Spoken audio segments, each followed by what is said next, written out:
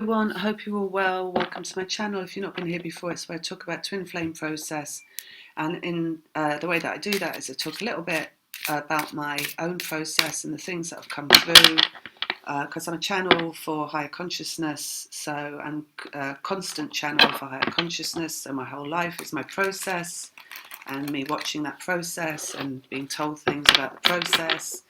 And so I share a little bit of that, and then I'm going to pull a few cards and talk a little bit about this eclipse. And the two things are coinciding anyway, so what they've told me about my process is also about the eclipse mainly, but there's a couple of other things. So, so the first thing that I wanted to talk about is I've mentioned some little bits and pieces of this in the by sign readings that I just put out. So I really advise, no matter what sign you are, that you have a look at Libra and you have a look at Gemini, because it's a Gemini moon, and that's got some vital information that's going to talk about again here a little bit. And also Libra, because Libra is my twin, so I get information through there about the masculine particularly, and it's particularly this month, this moon coming up. So just advise you have a look at those.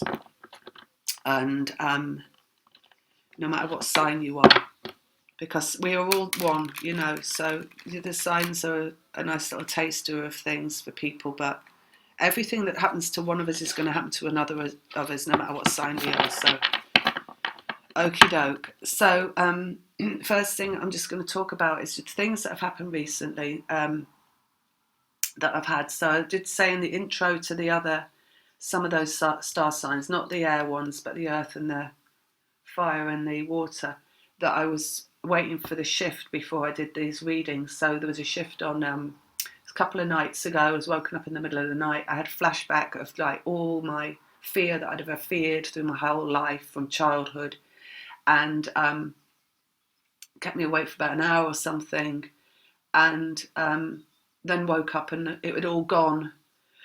So that had all shifted, and they just told me it shifted from both of us. So our fears had shifted. I had to review all mine so I could clear his fear, basically. So there's that. There was other stuff there as well, but I'll just say that because I think I said it in the intro to the sign by sign readings. The other thing was later that day after I woke up, I just felt like I'd been hit by a ton of bricks, like run over by a truck, and I had to go to bed early. So just like I knew something was shifting again, because it's like they wanted me to go to sleep. That's why they were making me feel like that, because I had to go to. They wanted just me to like go out of body, basically. So I'm not sure what that was for. It might come to me whilst I'm doing the reading. But anyway, it's all about reunion. At the end of the day, it's all about reunion. So there was that. And then previous weeks I've had some stuff going on. So, and I did say this, I think, in one of the star signs, as I've moved through this journey and they start to talk to me in different ways, these cards have taken on different meanings, and some of them you'll know because you hear them all the time. So that one's vibration, the Four of Wands, and having your vibration locked in to, or 4 feet on the ground, they talk about. Mental, emotional, vibrational and physical. So the 10s are coming up all the time, right? 10s are about completion, but also, interestingly, it's the 10th, which is the moon, the Gemini moon. So I just wanted to say that as well. Let's just go through these cards. Knight of Swords, clarity. You've probably heard me say that. So that's basically what that is, clarity and intuition. So it's clarity coming from source. This is a new one, Ace of Wands. They're talking about point of attraction now, and that's just come in the past few days. So they're saying, telling me about this means you're in your point of attraction. It means everything will come from you feeling good, basically, and being in a let go in the mind. So just to mention that as well, because that's taken on a complete new meaning. This one you'll know from years ago if you listen to me, is when the feminine is ready for reunion. It's the Nine of Pentacles woman, and it's when she's in listening permanently to her higher self to manifest abundance into her life. So again, it's point of attraction in the vibrationally. Queen of Wands, feminine vibration.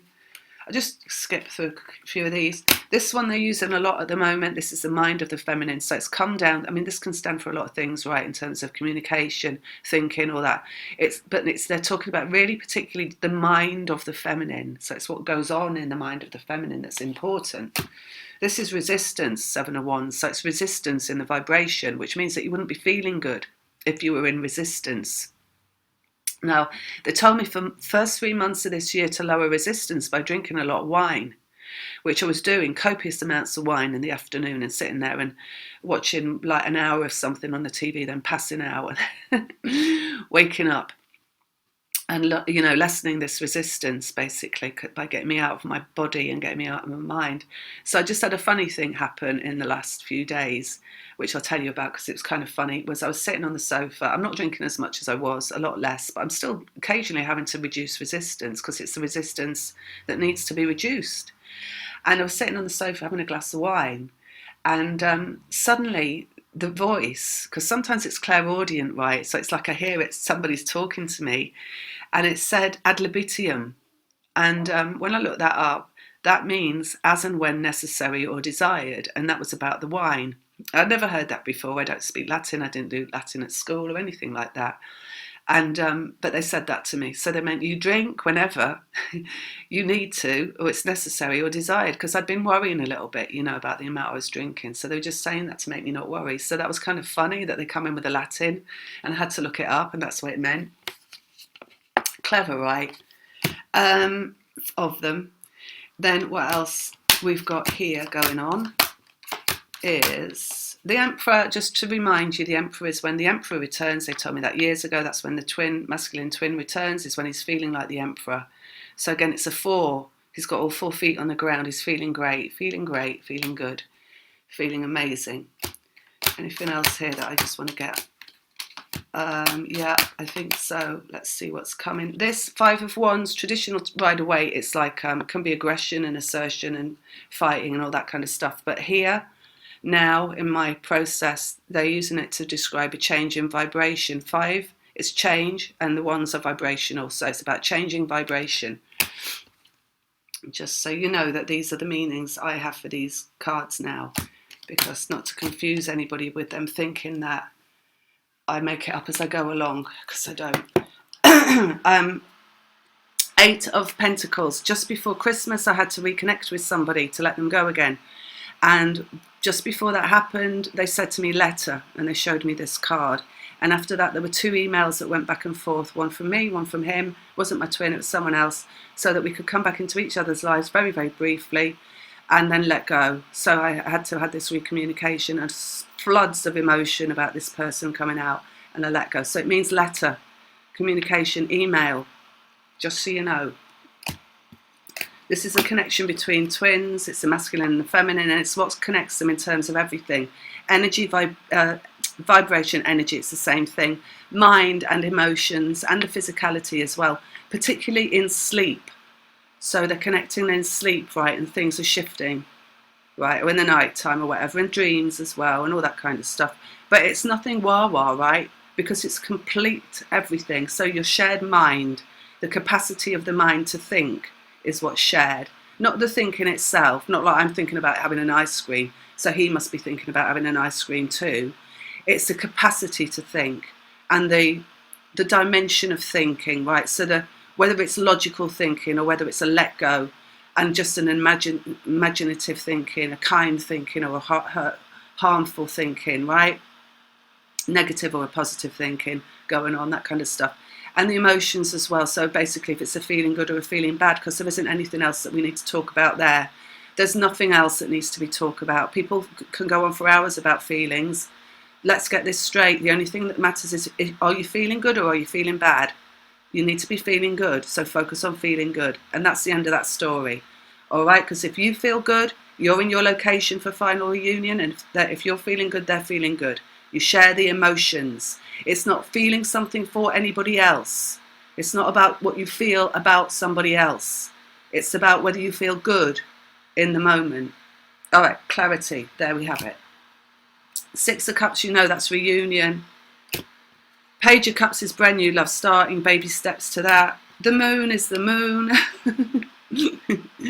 Especially lately, because we're coming towards the moon, a very significant moon. Anything else here that we haven't discussed before that could be? This is healing. They use this for healing now. That's because when I was going through the food healing that I went through They said distinctly healing when this card came out. Five of Swords represents the end of the process, turning all the dark to light, the final battle, the change. It's a number 5. So it's all the dark turned to light. It's the end of the purge. It's the end of the process. Let's get some more out and just get this cleared up. We like to clear up the messes in aisle 5. This is what it's all about. Two of Swords, head over heart, masculine and feminine, because masculine is the head and feminine is the heart. So it does describe the masculine and feminine and them come together, or a choice point or a destination, because it's a choice point, right? So there's another, that's the meaning. Mind of the masculine, thinking, function, corroboration. Oh, the 8s are interesting now, because all the 8s are meaning the connection between the twins. So this would be the connection, the fact that the minds are connected, right? Because it's the 8, it's a spiral. So it means the it's like your mind, if they put this out, it's like something is connecting through your minds at this time, right? So basically, I've used it a lot lately to say about the worry, stop worrying. Because if you're worrying, it's in your twin, they're worrying. Why do you want to worry? It's not feeling good, right? So it's just a reminder when this comes out, be aware of whether you're worrying or not. So I didn't know I was going to do this, but I'm doing it anyway, right? So it's all right. I think it needed doing then, obviously. 3 of Pentacles is creation in the physical, but that's what that always is, really, amongst other things. 10s are an ending of everything, as you know, ending of mind, ending of energy, ending of emotions. What's heart of the masculine? The King of Cups is the heart of the masculine. The 4 of Pentacles is a now moment. So I think traditionally it can mean a lot more stuff, but just in these readings now, it's the now moment. 3 of Swords has taken on a lot of meaning. So 3 of Swords is about pain, and it's not a bad thing, right? So because these keep coming out together at the moment, creation, that's why I left that out, and this, creation in the physical, so creating the union requires pain, and that's all kinds of pain. It's the pain of the emotions, as you know, because you've experienced that, right? It's the pain of the torment in the mind, which is the frying of the brain through the purge that you go through, where you just, and the crazy making and all that kind of stuff, right? It's all pain. It's physical pain. It's things like stubbing your toe or stabbing your finger with a splinter and all this kind of stuff. And it's the headaches that show that things are shifting. And it's the pain of healing. There's a lot of healing on this journey, and it requires feeling of pain. It's like a feeling in your way into something, right?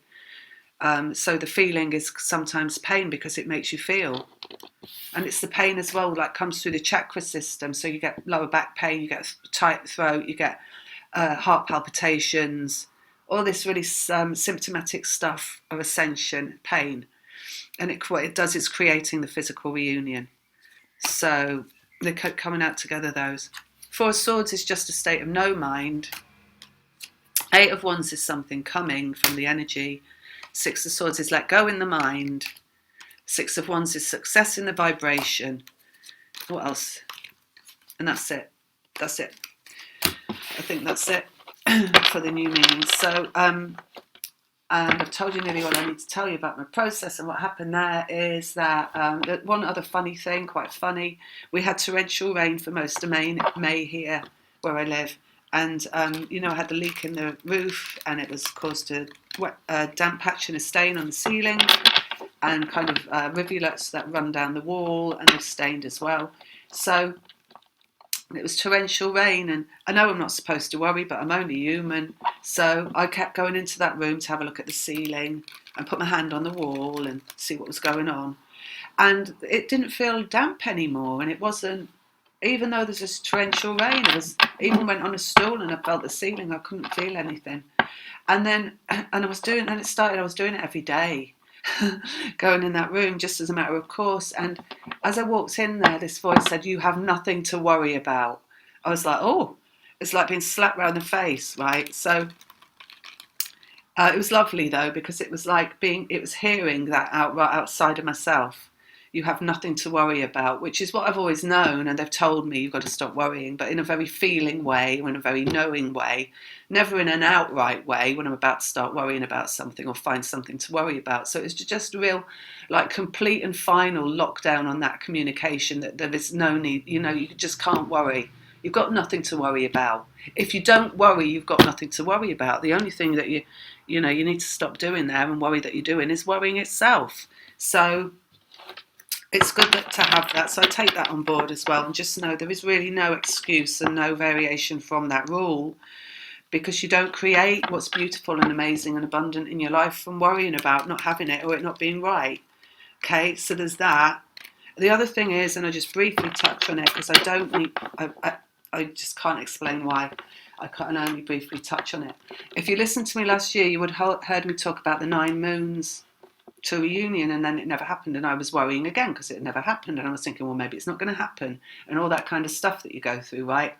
And I led everybody down that road with me, although I don't feel that people have left because of that, because they know that maybe I just wasn't knowing enough at that time. So we'll see what goes, because last year in April, around that time, or just after that, I was told the 10th, right? So I thought that meant May the 10th for some reason, because, you automatically look at the nearest thing, right? Because partly you want it to be the next 10th.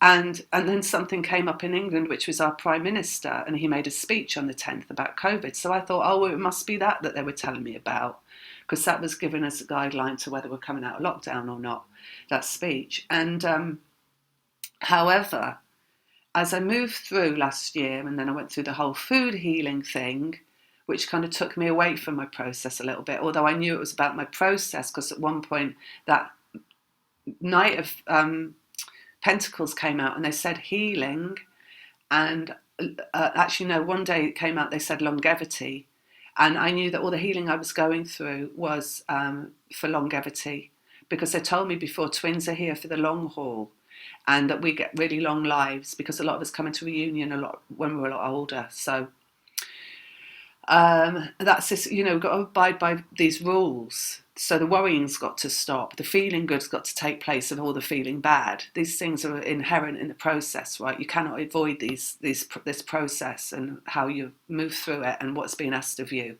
because you're here for a specific reason, to become cohesive with the law of attraction. You become the law of attraction. You become that Ace of Wands, right? So there is a certain, order of things that happen, and when you get to a certain place and you're ready, it's all about that. It's all about point of attraction and focusing on that. So, but anyway, so what's I going to say? So just that, this is only a few days ago as well, I had a complete download about the 10th, and it being when they talked about the moons and they said 9, it was corresponding to the fact that it's after the 9th. Right, so it doesn't really make sense the way I say it maybe, but the 10th June, so it's the one after the 9th, right? It's the day after the 9th.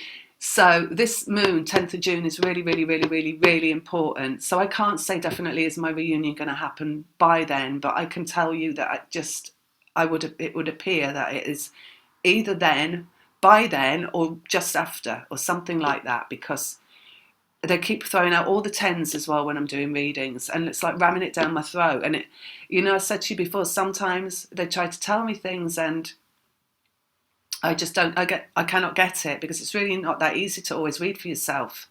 But honestly, to go to somebody else now and have them read for me, I'm just not prepared to do that, because I've had so many bullshit readings over the years. Because regular psychics cannot read twin flame because they don't know what it is. And all you'll get is your guides coming through them telling you things that are going to make you shift. So you'll get some telling you you're going to reunite, you'll get some telling you you're not going to reunite, and you'll get some telling you some completely random things that are just to send you completely off track, right? And it's basically a lot of the time your guide's saying you're not meant to be having a reading now. It's a worthless reading. You don't need it. You need to be focused on feeling good, right? So I know to not go out on myself. And also because they just talk to me about this all the time, whether I'm doing the cards or not, I figure I might as well still read for myself most of the time. So anyway, I digress. But they got me in a loop, you see. I cannot get away from them telling me things. But like I was saying, they're trying to ram it down my throat. So I was getting all the tens out all the time, and the Wheel of Fortune kept coming out. And I know what the tens mean. They mean an ending. So I'm like, well, yeah, it's ending. I know the process is ending. You told me for ages it's ending. I think you started telling me in 2017 it's ending. So I wasn't getting any kind of feeling at all from all these tens because I've had it before, right? And then it suddenly hit me, and I was like, oh. The 10th. They said it last year. 9 moons. What you meant was the 10th moon, right? On the 10th. So anyway, so I just wanted to say that as well, because it's like, sometimes it's like I have to be hit over the head with a brick, right? To get, to get what they're saying for me. Right, so not for other people, that just flows, right? It just flows. But also, do not be deceived. They will sometimes tell people what they need to be told to get their asses in gear, right? And because people deviate off course in this process, right? There's a difference between giving up and letting go, for example. And anyway, the other thing, I'm just going to quickly, and I will do the cards, honestly, is the doctors thing. I spoke to the doctors, and as I was talking to the doctors, I realised how ridiculous it was that I had all these symptoms that I was talking about. The doctor was practically laughing. I was laughing. And then it finally dawned on me, which I'd known all along, and I said it all along, I never had anything wrong with me. They were just bringing in symptoms and showing me symptoms to get me into this way of eating and way of living that is all about fasting and eating very little carbohydrate and lots of eating loads of saturated fat, animal protein, so that I can have a long life. So that was that with the doctors. Didn't get any medication or anything. And the other thing was, so I've got clarity there. So there's been a lot of clarity coming, right? And the other thing, oh, this was amazing. So with all the books that I've read, I read the books by Sally Fallon, who is, I won't tell you who she is, you can find out yourself. Anyway, she's very good, and she's written books. One is about nourishing broths, one is about nourishing traditional diets, and the one that I hadn't read, even though I bought it last year, is about nourishing fats. So it's been sunny here, so I've been out in the garden, and I thought, well, I'll read that book now. So I read the book, and just in the past couple of days, very scientific, all this research about how saturated fats are really good for us, and the elimination of them from the diets is actually really, really destructive to the human race.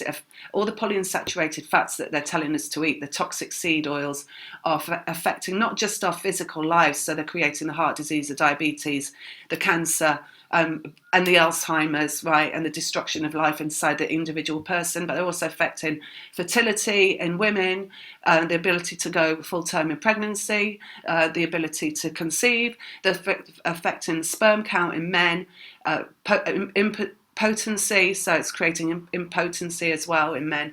So it's really affecting the human race. It's also affecting unborn fetuses in the womb when people are eating those rotten oils that do them damage, and because it's all oxidative stress on the body, those oils. And it's also affecting children. So the diets that they're prescribing for children that are low in saturated fat are really bad for growing children. Saturated fats are valuable because they have vitamins K2, vitamin D, vitamin E, or the fat-soluble vitamins. And, for centuries we ate them without any thought about them being bad for us. And we didn't die from all these what are new diseases, heart disease, cancer, Alzheimer's. There wasn't any of that, right? So before the agricultural revolution. And even a little bit after it, when we weren't still eating saturated fats, it's still all right. So anyway, so I read this book, fascinating book, and loads of research and loads of scientific notes at the back and all this kind of stuff, and links to the research. And then I got to the end of it, the last passage in the book, there's a last chapter in the book, and I started to read it, and on just the first few lines, she starts to talk about the Pleiadians, and she starts to talk about the Pleiadian Council. And my mouth was just literally dropped open as I was reading this, and I can't remember what it all said now, but it was just like out of nowhere, right, after talking about all this scientific stuff with no mention of spirituality or anything like that, she starts to talk about what the Pleiadian Council are saying about us as they're looking down on us. And I was just like, absolutely dumbfounded when I read that. So I just want to share that, because that huge sign of like everything that I've learned about the healing of the body and how to eat, and that I know when because I saved that book, right, and I read it now, which is the final location for me, point of attraction, and also all my healing's done. So I have a new way of moving forward, and it was just a final confirmation from Pleiadians in that book. So that was just amazing. So that book is called Nourishing Fats by Sally Fallon, if you want to look at it. And that's it. Let's get on with some cards. So we're going to look at Gemini,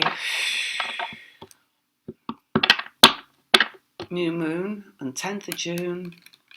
So I'm seeing the Caduceus, which is quite often associated with twin flame process, although in this version of it that they're showing me is a little different. So we've got a sword, right? In fact, you could say it's not the Caduceus. It kind of started as that. It's changed into something else now. Sword, really strong sword. At the top is what looks like lilies all around the handle.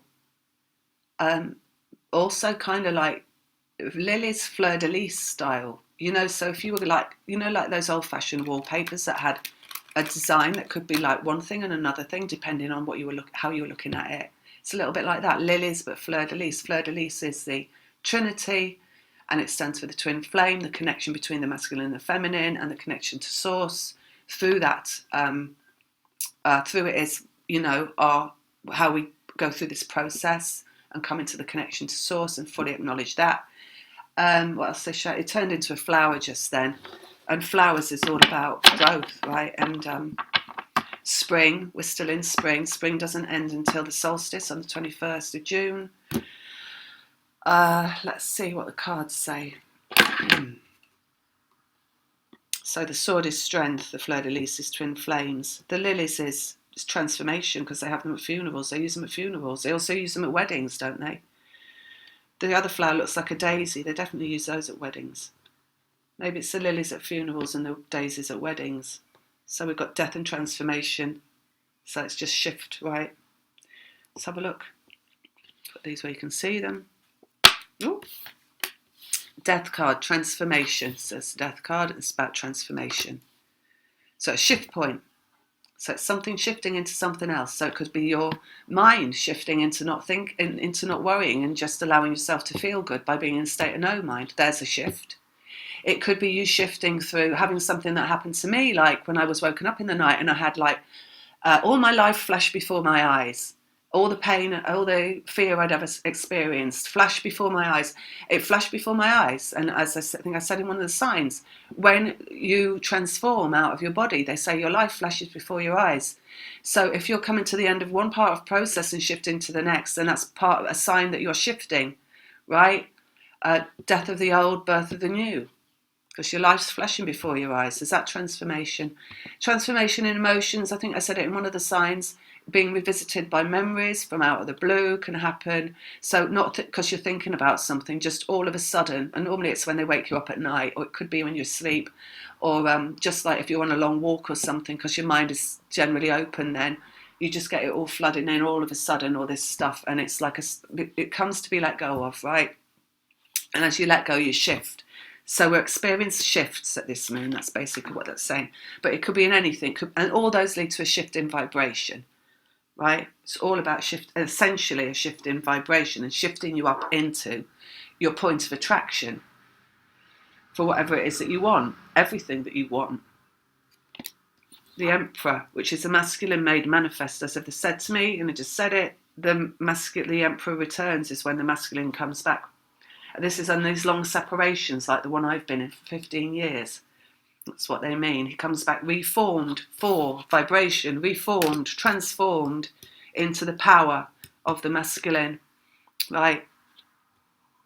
Or through you transforming, that is, as well. So it could be some emperors are returning through that transformation or shift that you're going through at this moon. Chariot, masculine and feminine coming together for new lessons. It's the number 7. It's the soul vehicle, the chariot, it's the Merkaba, and it's representing the masculine and feminine that makes up the soul. So it's the essence. I mean, transforming your own masculine could be here. You coming into the power of the masculine with inside yourself. I've been through that a few years ago, where I took on board the masculine essence and like really got like to grips with like having some guts and some balls and taking the world on board and taking life on board and, you know, challenging myself to feel better, basically, which is the whole process, right? So some people could be going through that challenge inside of themselves and bringing the masculine and feminine together inside of themselves. There's always a potential for that depending where you're at on the process, right? Some people, it can be transforming the actual masculine from out of the side of themselves to coming back towards them, to come together for more challenges, moving forward together. So it can play out in many different ways. It's not going to be the same for everyone. But the thing that you know that will help you keep at one with your vibration within the process is knowing that everybody gets to the point where the masculine comes back from outside of themselves if they move with the rules of the process, which is viewing your vibration first. Okay, that's your core essence and that's your location. That's your home. You're a snail with a little shell on its back. It's not, your home is not other people, it's not other places, it's not your family, it's your vibration. Sweet harmony within the self is what they're saying. Right, so let's get the next one out. Two of Pentacles, which is representative as two people, and only that in my readings now, because mine are twin flame readings. It doesn't represent things like balance and stuff like that it does in traditional Rider-Waite. I've only got one meaning for it now that they're giving me. Two people. You can see they're a little bit out of balance, right?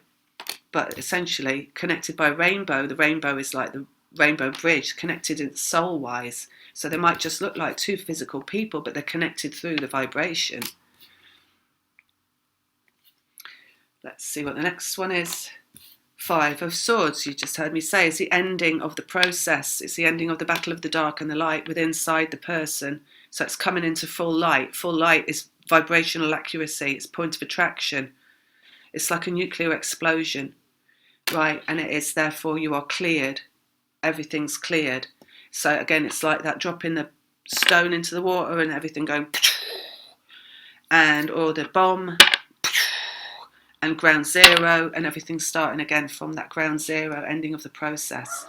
All change. Oh, there's the dogs again. They've come back from their walk. It's not my dogs, it's somebody else's. They're very vocal. Okay. Right, next card. Ten of Swords, ending in the mind. Right, so it's like they said to me, and you notice they're saying now there's instructions and there's rules and you've got to follow the rules. And this is the first time I've ever really done a reading like this where I've said that. Because everything else I've always ever said is like very kind of like, you know, oh, you're all right where you're at and you go just work with how you feel and all this. But no, it's not coming out like that. It's like you have to focus on letting go in your mind and ending the worry and ending the fear from your vibrational axis, which is your broader perspective. So you become your vibration, and the other parts of you, the human parts of you, your mind and your emotions take second place to your vibration. That's what's coming into your higher self is that you work from the vibrational understanding and not the egoic understanding. The egoic understanding is just in the mind. It's like that, oh, I don't know if it's going to happen. Oh, well, I don't know how they feel, and I think they might, you know, and I worry about how they feel and the other people around them, and I worry about my life, I worry about my age and how old I'm getting, and I worry about my left leg and whether I'm going to get a, you know, sharp stabbing pain in my left leg any minute. You've got to let go of all this bullshit, all right, because it's worry and it's fear, and you cannot disguise worry and fear as light, no matter how much you want to try to disguise it as light in the form of spiritual bullshit. Right, and talking about angels and, you know, worshipping deities and wearing white robes, it does not wash. You can talk a talk, but you've got to walk the walk. And true spirituality is only your vibration. It is only light. It's pure energy. It's nothing else. Hasn't got a face. All right? Pleiadians are from beyond vibration. You know, that's from beyond. It's the vibration that's beyond this physical life that we have to focus on, that creates this physical life. Okay, we might be from outer space or the outer Hebrides or wherever else. We might be Pleiadian and Andromedan or whatever else. But before we become human, we come into vibration. We then work from that vibration to create our human life. So there's nothing else. You know, you focus on the light, you focus on the vibration, you focus on the vibrational point of attraction, the feeling good. So you end all the bullshit in the mind.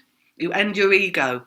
You're questioning, you're worrying, you're sidelining yourself into whatever axis it is that takes you away from feeling good in every single moment, because the only thing that matters is a feeling good. So that's where you've got to stay. Okay, it's coming out hard, isn't it, today? Blimey. Whew. You know this isn't me, right? This is them. Just know that, because this is not me. Okay. Oh, people think it's me. It certainly is not. Right. Let's go with the next one. The lovers. Divine love, divinity of love, right? Masculine and feminine coming together, brand new lessons, divine love. So it's a real thing, you know. There's all this like talk and description of it, and in that like a giving away of power and a thinking that it's something that's unattainable in the physical life and something that is unmanifestable in the physical life. But that's so not true. This whole physical life that you go through is a process of manifesting that divine love into being, into your physical life. Because what the hell would you be going through that process for if it wasn't for that? There's only one outcome, and it's that divine love incarnated into your physical life in beingness between the two people. That is the crux of the matter in the whole thing. At the end point, when you're all light, and that means you're all feeling good, right? Hierophant, relationship. So we've got relationship and we've got change. Number 5, we've got 5, the change from dark to light, and we've got that here opposite the Emperor, who is the manifested version of the masculine, right? So it's saying a relationship will come from coming into full light, from point of attraction, coming into your point of attraction. No questions asked, right? No ifs or buts or what ifs. Just that it will. So know that it will, and be that it will, and then it will, right?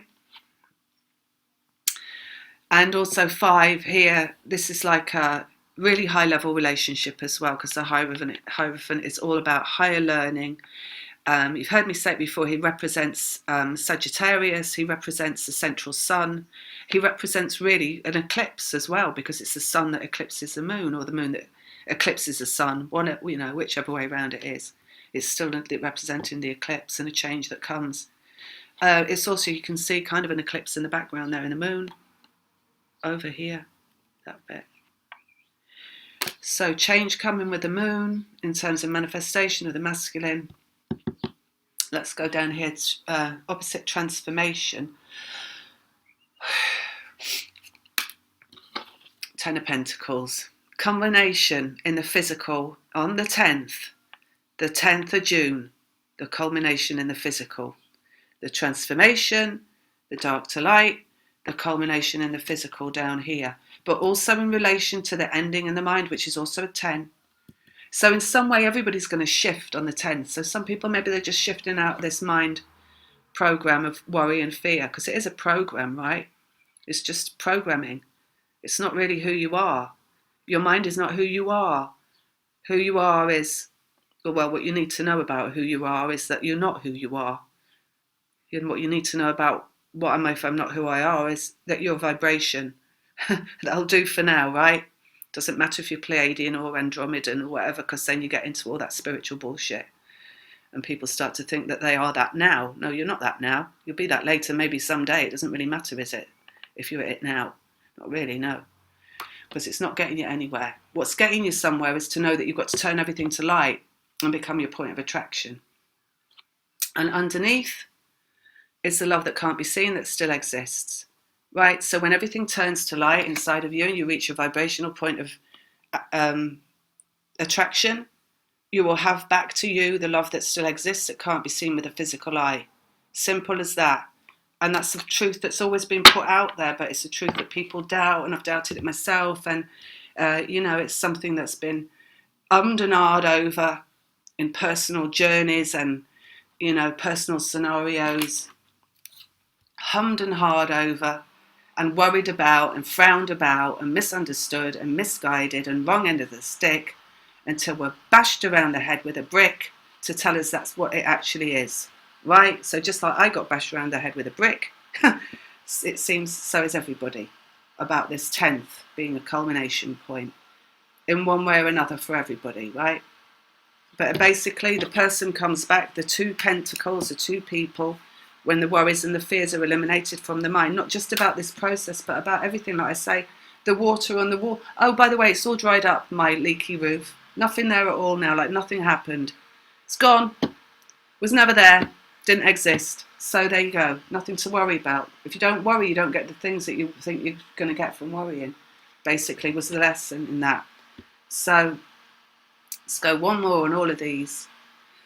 5 of Swords, happiness. If you can't get closer to like showing you that you need to turn it all to light, then the 9 of Cups, which is full happiness, then there isn't, I don't know what you can get, right? It's not about loving another person. It's about full happiness and feeling good.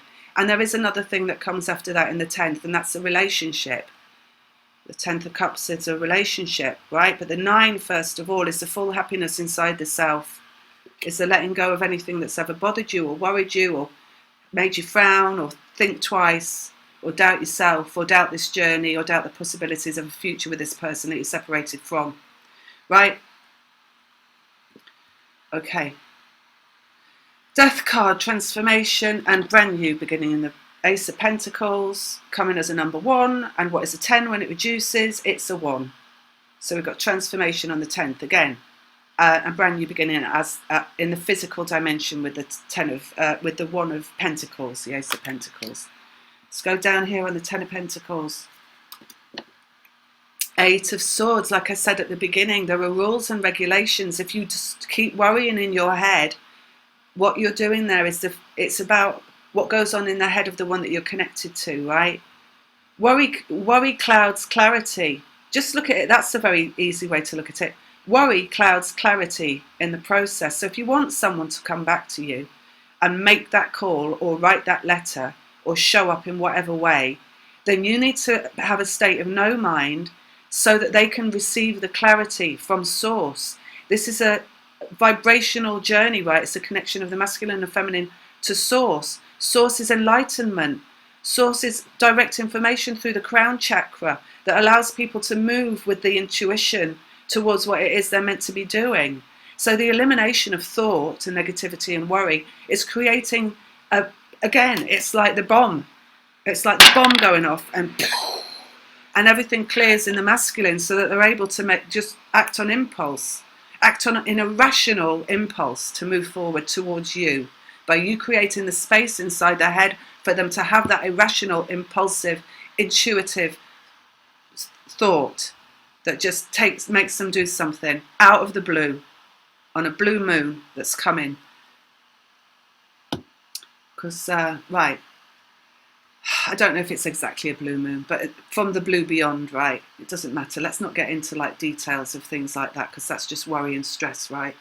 But people like to, but it's just worry and stress, right? Chariot. King of Swords, the mind of the masculine. So clearly they're saying it again, right? It's about what goes on in the mind. We've said it so many times. It's like, if we're like now in the classroom, they're showing me someone scrubbing out the chalk on the board, right?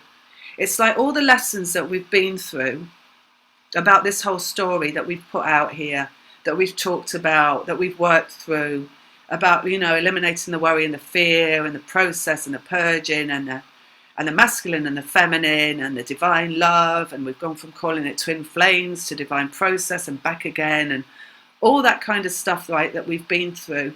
It's all been scrubbed off the board. All those lessons are done. The one thing now that we're in is the location, the final location. So one thing gets written on the chalkboard. Eliminate from your mind everything that is fear and worry. And in that, if you don't know what's fear and worry, just eliminate all friggin' thought. All thought. Right? All thought. And that includes, right, things like, it's really hot here. I think that's why we're having the ice cream analogies. It's like, you know, some people will be like, well, I'm going to have an ice cream. Should I have a strawberry or vanilla? And it'll be like, and then they'll be like, oh, I'm not sure. I think strawberry sometimes gives me a bit of a headache, or oh, vanilla, isn't that a bit? Just have the ice cream and stop thinking about it, right? Just like snap decision, do it. It's that energy, because that energy inside the masculine is what you want. You want them to go, I'm just going to do it. I'm just going to call. I'm just going to write that letter. Now, do it.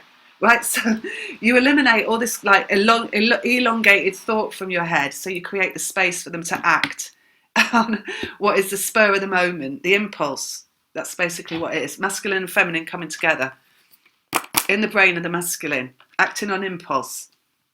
Lovers. But it does correspond to simple decisions and simple things in your head that are just, you labour over in your head, in your mind about these things that is just irrelevant, right? If you can't have both ice creams, have them both. Love yourself, right? Bring in the light. Have 5 of each, whatever. It's like, do what feels good. Okay, the lovers. Vibration of the feminine. So what's bringing it back is the vibration, but the vibration isn't anything that isn't also your thoughts and your emotions, right? And your physical beingness, because that makes up you are vibration, and all of you is contained within that vibration. But it's here not like the thoughts are like these like worries and fears that have got a life of their own, or these emotions that like draw you out of self and like wrap themselves around other people and make you feel about that person. And that could be a neighbour, or the man down the street, or the man selling the ice creams. I don't know. It's like, no, it's all inside of you, and it's all just intact. And it creates this vibration of point of attraction that brings that love back, right? It's the no mind, and it's the no feeling. Right, if you choose to be in pain your whole life because you say, well, she's telling me not to feel and that's wrong, then you'll be in pain your whole life, but you won't have your reunion. That's fine. You can do that if you want. The only feeling that's valuable in your physical life is the feeling that comes from feeling good. The only things that make you feel bad is not really your feelings at all. It's programming. So let go of it. It's not important. It won't get you what you want. Okay, the Emperor. We're going to go on the Emperor. The World. Ta-da! And that's, if you look at Libra, I said look at Libra. The first thing they showed me in my head was the World card, right? And this death-defying act. You can see here, I don't know. Oh, yes, she is a baton carrier. As they were showing me, like someone twirling a baton and walking in a march, right? And it's like in that Libra reading. And it's like the legs are the masculine or something and the arms are the feminine, and the two things are working together, right, to complete the project. Because they're working in synchronicity, but they were doing something very different. Like walking is different to baton twirling.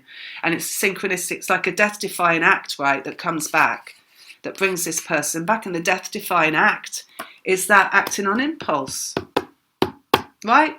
So that's what you need to create space for inside yourself, for that to happen. And worry just obstructs it. It's confusing the clarity that's required, the freedom that's required. The world is freedom, and this is freedom inside the person, inside their brain, for them to feel good enough. So you've got the feeling good enough, right? You've got the freedom in the brain, and all that corresponds to them going, why not?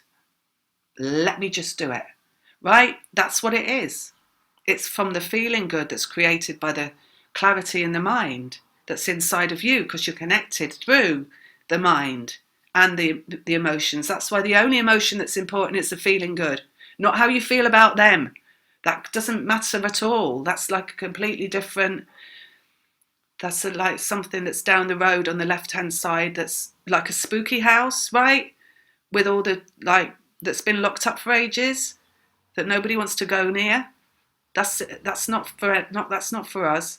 What's for us is like the mansion of feeling good, with a pool in the back, and the flamingo like inflatable, and the cocktails, and the waiter, and it's backing onto the sea in Miami, and your yacht is parked outside. That's where we locate. Right. Hierophant. And the moon. So, like I said, it's corresponding to the moon. And this is the comeback, right? They're saying the comeback. So this is a big one. So this has got all the potential, all the possibility of you, if you're in your vibrational accuracy. This is also like crown chakra stuff here. The mind, where they talk about the information coming in because it comes through the crown chakra. You can see the crown there, his crown chakra showing above his head, is that this moon is pulling us to that location, the central sun. And the moon, right, is pulling us into this like vortex of like enlightenment. So this is such power to like this transformation, that we can achieve this by doing this, by being this, really. Two of Pentacles, the form. This is pages are about the form that shows up, and this is form in the physical world. So we've got the two people showing up in the physical world. And you know, we've got the transformation leading to the new beginning in the physical world and the completion in the physical world. So the last one we got is the tennis. Oh no, we've got two underneath. Oh no, did we do one? Yeah, we did underneath. Last one, Ten of Swords, love coming back. There you go, there you have it. Eight of Cups is like the love that you've walked away from, that you come back to, because it still exists at the moon. So it's achievable right now. I don't know, you know, some people are just ready. The information I give is to tell people what the journey is. So even if they're not ready now, they know what is coming later and how it will be, right? That's all I can give people, is that. But some people are ready for this. Some people are ready, but they're like stood on the edge of a cliff and they won't acknowledge they've got wings, right? So they're stood on the edge of the cliff and they're like, I don't know. I don't know if I can stop worrying. I think maybe I should keep worrying because I don't know if I jump that those wings are going to be on my back, right? But I'm assuring you, if you stop worrying and you choose to stop worrying and you jump, the wings will open and you will glide and you will fly and you will be going, oh my God, I can fly. It's amazing. It feels so good to let go, right? So I'm just going to leave it with that. Oh, let go, jump off the cliff, know that you're going to fly, know that feeling good is the only location for you inside of yourself. Right, the letting go of everything that you think that you need to create. Chew over. This life is not about chewing over things like they're important. This life is like, you know, I mean, to bring it back down to earth, to just finish off, if you look at any successful person out there that's got everything they want, they laugh at life. And what's springing to mind is someone like Richard Branson. And I'm not saying that I like the man or I don't like the man. I do have some personal feelings, but that's related to my ego, which we won't go into. But if you ever look at that man, he's always got a smile on his face. He's always laughing. He shrugs things off. He doesn't take anything or anybody seriously. And some people would go, oh, well, you know, you've got to think about other people. And the thing is, even me, as from a human perspective, I could say, well, I don't really like him that much because I don't think he thinks about other people. But I know from what they tell me, law of attraction dictates that you cannot think about other people. You can only think about your own feeling good, right? And that corresponds to you getting everything you want in life. And if we all did that, we'd all have everything we wanted in life. And therefore, everybody would be happy and nobody would have to worry about anybody else. So perhaps he is right after all. Right. Anyway, that's it. I'm going to go. Lots of love. Take care. I'll speak to you after the moon. Let's see what happens with this. All right. Lots of love. Bye.